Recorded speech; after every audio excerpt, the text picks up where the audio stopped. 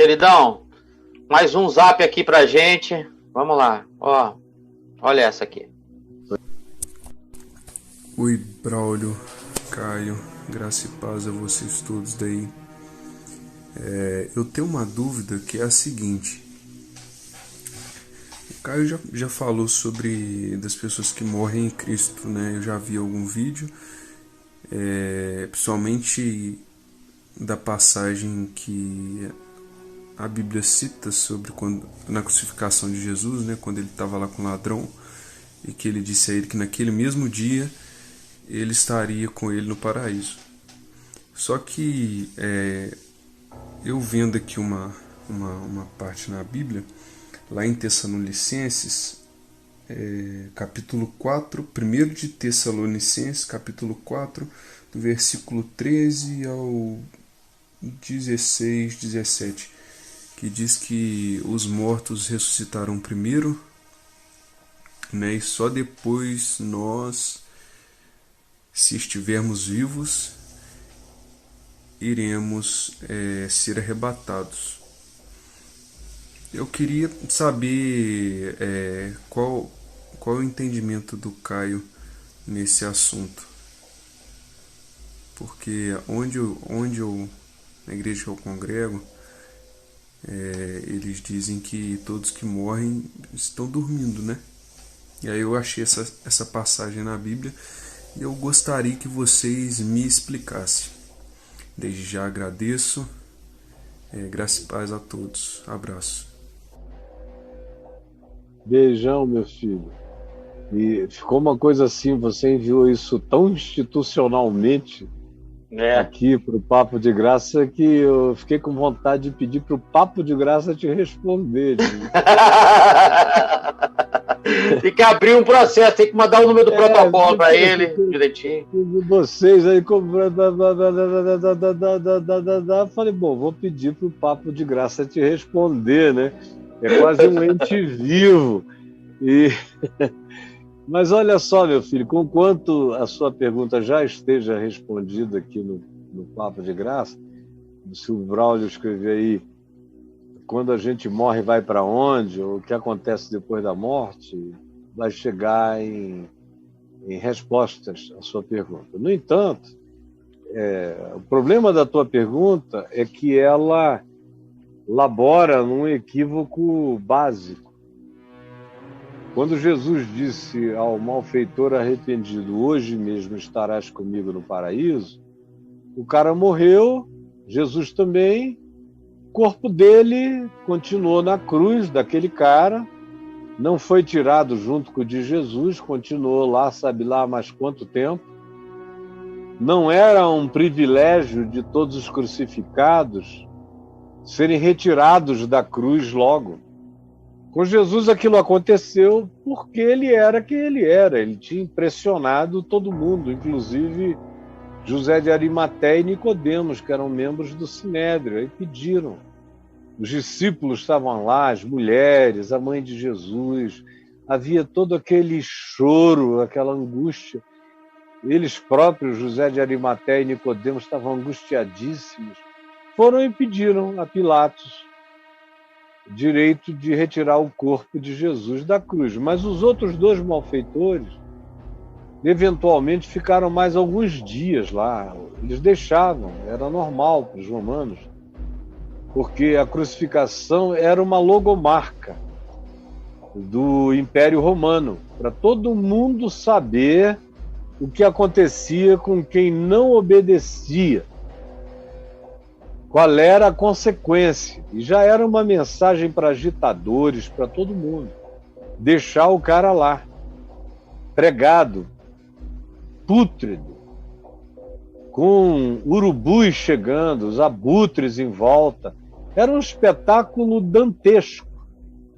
Jesus foi tirado e foi levado, sepultado, ressuscitou. E o cara ficou morto lá, o corpo dele. Mas o espírito dele, usando uma linguagem que eu não consigo mais usar direito, que é essa linguagem linear do espaço-tempo, nós vamos usar só para fins de compreensão, de pedagogia infantil. Enquanto O corpo dele estava na cruz. E Jesus morreu, e ele morreu também, o cara, e ficou um tempão na cruz. No mesmo dia, Jesus e ele se encontraram no paraíso, usando essa linguagenzinha básica do primário, no mesmo dia. Estiveram juntos no paraíso. Agora, esse cara foi sepultado, jogado numa vala comum. E só será ressuscitado fisicamente. O texto de Tessalonicenses 4, que você leu, está falando da ressurreição física.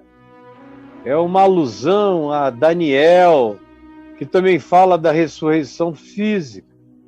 Tanto quanto Jesus fala quando diz: "E eu ressuscitarei no último dia". Mas o mesmo Jesus que diz: "Eu ressuscitarei no último dia", diz: "Hoje mesmo estarás comigo no paraíso", e também diz: "Já passou da morte para a vida". Uma coisa é a destinação instantânea do benefício do espírito.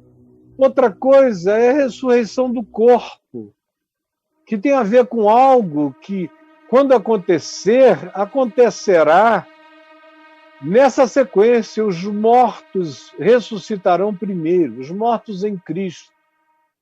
Todos que morreram, na verdade, na justiça, no amor, na esperança, na prática do bem, em todo o mundo, estão em Cristo e ressuscitarão em Cristo.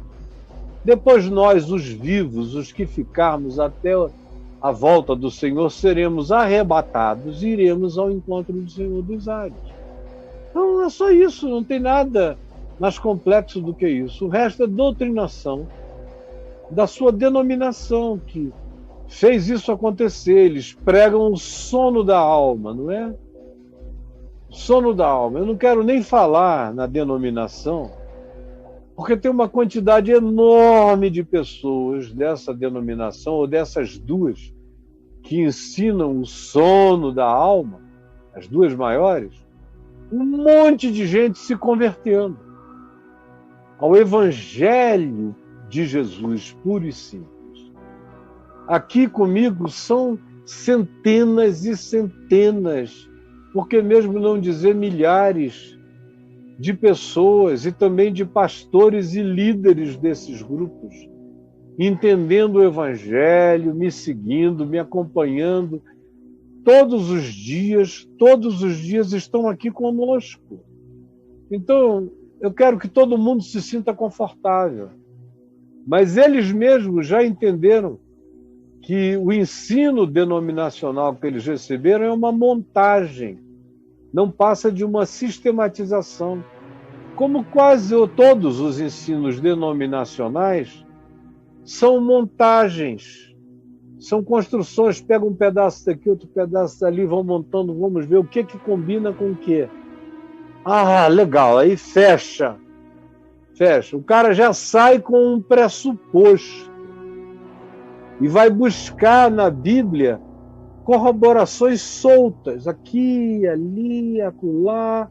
Aí vai, uau, vai fechando as minhas pressuposições, plou, encaixe final. Aí ele joga para o povo aquela heresia em nome de Deus e de Jesus, e às vezes milhões sorvem esse engano. Quando tudo é tão simples, quando você começa por Jesus, pelo Novo Testamento, e não por uma doutrinação religiosa denominacional. Quando você começa pela denominação e vai ler o Evangelho, você lê a partir da doutrina denominacional, vai se chocando com Jesus, com Paulo, com os apóstolos, que é isso, não é? Paulo, fica tentando pegar uma coisa aqui, outra ali. Olha, agora seria até Paulo contra Jesus. Jesus disse isso, para mim já bastava. Se Jesus disse isso, se alguém está enganado é Paulo, não é Jesus. Mas você veja como na sua denominação o importante é a doutrina, não é Jesus, não é o que ele ensinou. É a doutrina baseada Não em Jesus, e nem tampouco só no Novo Testamento, mas na Bíblia inteira. É uma montagem, meu companheiro, é uma montagem, assim, daquelas de enlouquecerem o crioulo doido. Quem conhece Bíblia, quem conhece história, quem sabe de onde as coisas vêm, entende perfeitamente o tipo de montagem a qual você e milhares e milhões de outros vêm sendo submetidos, você na sua denominação e os outros, cada qual na sua. Porque praticamente, com exceção de grupos, e não são raríssimos, os que ensinam só o evangelho simples, são mais igrejas ou grupos do que denominações. As denominações têm doutrinas. Se tem doutrinas, eles estão lendo Jesus a partir da doutrina que o líder da denominação, os líderes inventaram. É assim com o catolicismo, é assim no protestantismo, é assim nos grupos anabatistas pré-reformados, é assim nos grupos considerados hereges pelos reformados e pelos católicos aqui no Ocidente. É assim. É assim. Todo mundo tem o seu pacote, a sua sistematização, e tem o Jesus que eles fizeram ser possível dentro daquela sistematização. Então, se você segue uma doutrina denominacional, você vai ter problemas com Jesus. Como o Braulio dizia no início aqui, agora não. Porque agora já tem tantos milhares e milhares seguindo o evangelho simples que diminuiu muito. Mas o Braulio lembra, 10 anos atrás, quando ele chegou no Papo de Graça, ele tinha uma expressão, ele dizia, Caião, é mais um que chegou aqui com problemas com o evangelho. Isso. O evangelho dá muito problema na igreja. Na igreja. Olha, mais um problema que o evangelho criou nesta igreja. Isso, esse problema, só problema. Então, agora, graças a Deus, só que no YouTube já são quase 700 mil, daqui a pouco serão, que vão se alimentando dessa palavra em todas as plataformas e vão passando para outros e para outros. Então, gente, diminuiu o questionamento, a dúvida, exceto em alguém que acabou de chegar ou chegou nos últimos meses, está ali tateando ainda, vendo como é que é, de modo que eu fiz questão de te responder, porque semelhantemente a você tem muita gente chegando. Mas o que você achou aí no portal Caio Fábio e no canal no YouTube, brother? Caião, eu mandei aqui no caiofábio.net duas palavras-chave aqui. A primeira delas foi o que acontece depois da morte. 1000 ocorrências. 1000 ocorrências. É. A primeira aqui é legal. Ó. Confie e pule. A igreja Confie e pule, né? A igreja é a alegria da mãe. Enfim, aí eu coloquei também aqui a morrer em Cristo, né? Tem a ver com o que ele falou também. Também tem aqui experiências de quase morte, né? EQM, ali no portal, onde você tinha 1000 pessoas, tinha uma ali, esse pessoal que morre sai do corpo. Isso, tá aí. O que é outra coisa para ele. Para reforçar a ele, embora eu não precise de experiências de quase morte, para reforçar o que eu sei que é, que, como Paulo diz, porque presentes no corpo, ausentes do Senhor, porém ausentes do corpo, presentes no Senhor. Por isso é que Paulo também diz, porque para mim o viver aqui na terra, no espaço-tempo, é Cristo. O morrer, o deixar o corpo é lucro. Enquanto eu estou no corpo, eu estou ausente desse benefício absoluto, dessa experiência absoluta.